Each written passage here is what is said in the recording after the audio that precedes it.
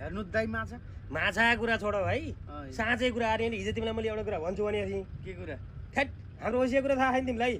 ए हाम्रो वसीले अगाडिका चारवटा सुन छ नि अगाडिका सुनहरु दुईटा सुनहरु दुध दिन्थ्यो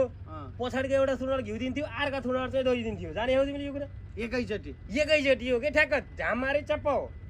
पौरी एउटा अगाडिका दुईटा सुनहरु दुध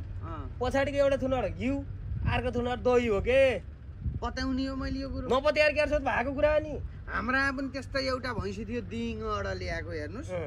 साँच्चै काइरहेको थियो ठ्याक्कै तपाईले भन्ने ध्यान मारे पौरनी छोवा हुन्थ्यो किलो चाहिँ अडिनी अनि ठ्याक्क बिहिबार त साँझ पछिल्ला थुनबाट पनिरै दिन्थ्यो कि हाम्रो पनि भैँसी त किसिम थियो नि त अब जस्तो दसैँ ससैँ आयो भनेपछि आफै जान्ने